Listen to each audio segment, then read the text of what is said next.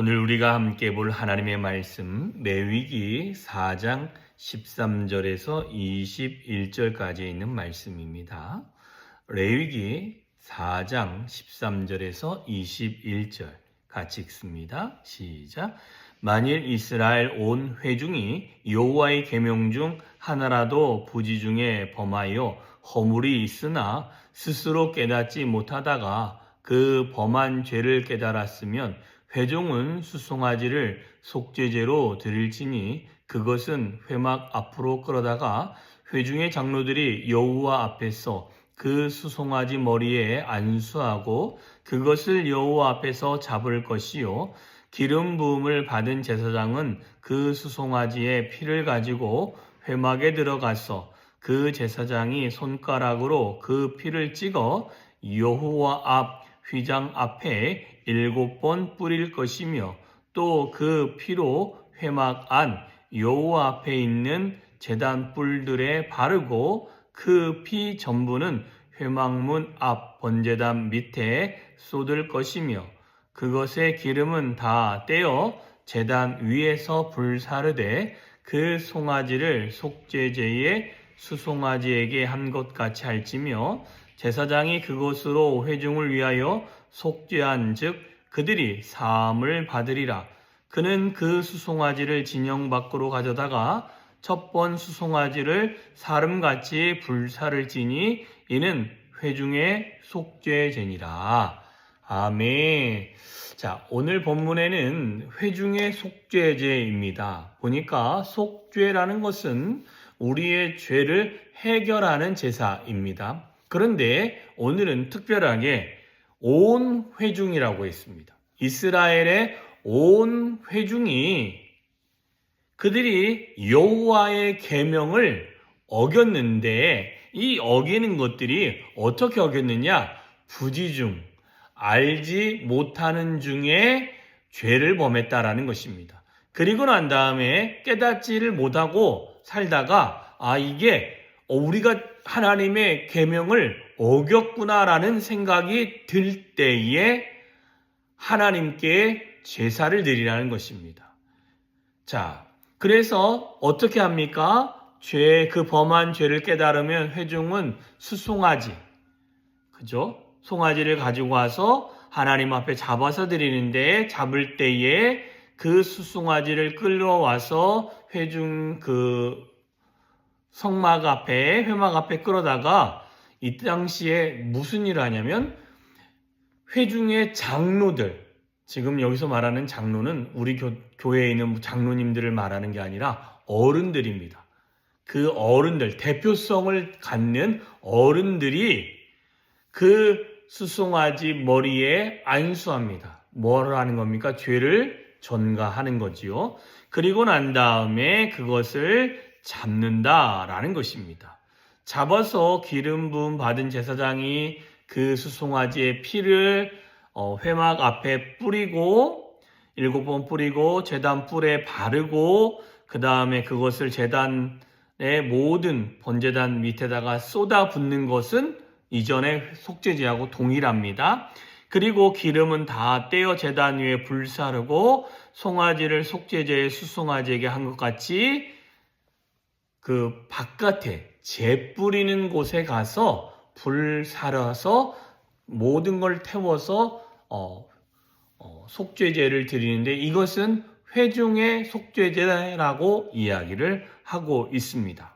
자, 그런데 오늘 회중의 속죄제에서 우리가 좀 살펴봐야 될 것은 여기서 깨달아지는 죄가 있으면 여호와의 계명을 어긴 것을 내가 깨닫지 못하면 그거는 내가 죄인지 아닌지 구분하지 못하는 것과 별반 차이가 없다라는 것입니다. 그런데 이게 하나님의 계명을 내가 어겼고 내가 잘못했고 내가 실수했고 내가 죄를 범했다라는 게 깨달아졌을 때는 그때 우리는 우리의 그 죄 문제를 반드시 해결해야 된다라는 것입니다. 우리가 기도할 때 알고 지은 죄, 모르고 지은 죄를 용서하여 주십시오.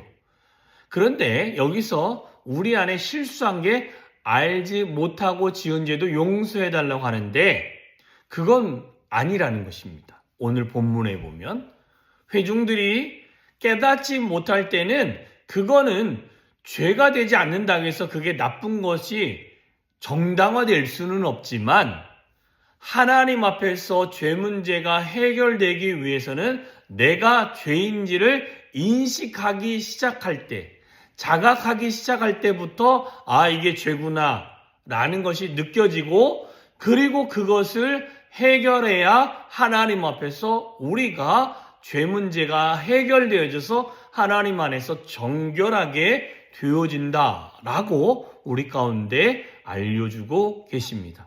그러니 우리 안에 기도에서 좀 빼야 될 게 뭐냐면 알지 못한 죄까지는 아니라는 것입니다.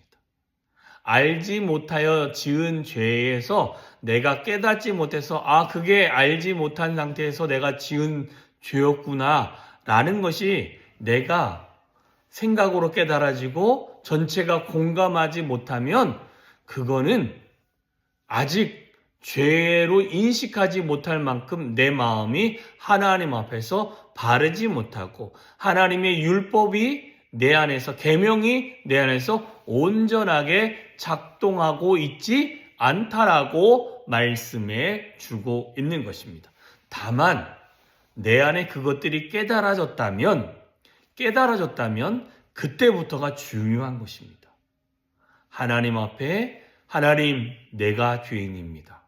하나님 내가 이 죄 문제를 해결하고 주 앞에 나아가야 되겠습니다. 하나님 이 문제를 반드시 해결하고 넘어갑니다. 라는 마음의 태도가 있어야 되는 것입니다.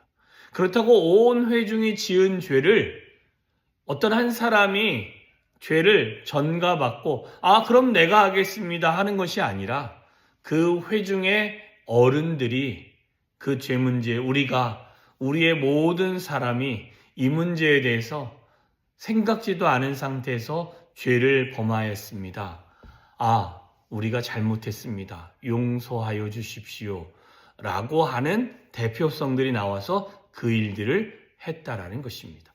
그러니 우리가 기억해야 될 것은 뭐냐면 부지 중에 지은 그 죄, 계명을 어긴 것들, 이것들이 깨달아지는 일들이 있기를 소망합니다.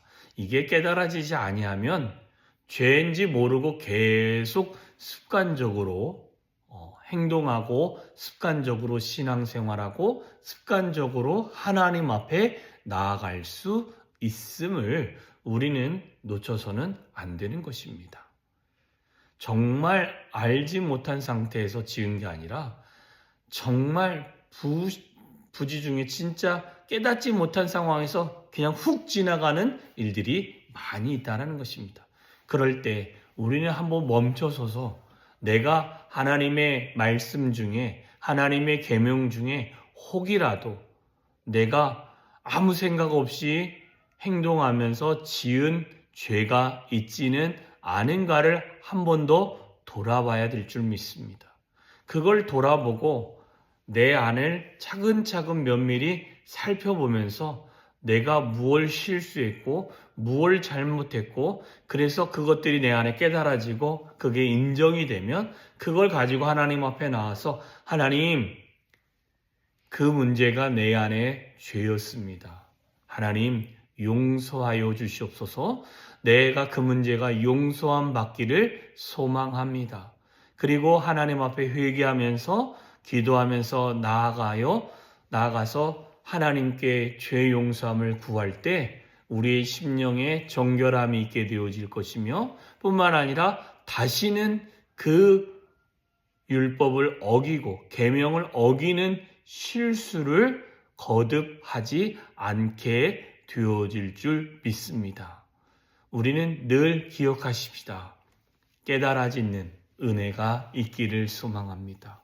그래야 회개가 나오고 깨달아져야 하나님 앞에 내가 죄인임을 인정하고 나아가게 되어진다라는 것입니다. 그런 믿음의 생활, 신앙의 생활들을 늘 해갈 수 있기를 주님의 이름으로 축원합니다. 기도하겠습니다. 참 좋으신 하나님 아버지 감사합니다. 하늘아버지의 놀라운 은혜가 우리의 삶에 차고 넘치기를 소망합니다. 위로부터 부어주시는 하늘아버지의 놀라운 은혜가 임하기를 소망하고 뿐만 아니라 늘 하나님께서 우리를 주님 은혜 가운데로 은혜의 보좌의 자리로 이끌어 가시며 우리를 세워주시며 우리를 주의 은혜로 이끄시며 인도하시며 세워주시는 은혜가 있는 줄 믿습니다. 오늘도 온 회중이 정말 여호와의 계명 하나를 하나님 부지 중에 범하여 허물이 생겼는데도 깨닫지 못할 때에는 하나님 내가 죄인인지 아닌지도 내가 죄를 범했는지 안 범했는지도 모르는 상태에서 살아가게 되어집니다. 그러나 그것들이 깨달아지고 느껴지고 알게 되어졌다면 하나님 그 문제를 가지고 하나님 앞에 온전함으로 나아가게 하시고 하나님 앞에 온전한 회개를 하게 하시고 하나님의 기름 부으심과 하나님이 죄 사하여 주시는 은혜를 다시 한번 경험할 수 있는 우리들이 되어질 수 있도록 하나님 은혜 위에 은혜로 더하여 주시옵소서. 그리하여 하나님이 베푸신 은혜를 오늘도 누리게 하시고 하나님 우리가 깨닫는 은혜로 말미암아 하나님의 크신 사랑을 매 순간순간 경험할 수 있도록 하나님 함께하여 주시옵소서. 오늘 하루를 살아가는데 하나님 건강으로 붙들어 주시고 하나님의 능력으로 붙들어 주시고 하나님의 지혜로 더하여 주시옵소서. 그렇게 하실 주님을 찬양하며 예수님의 이름으로 기도하였사옵나이다. 아멘.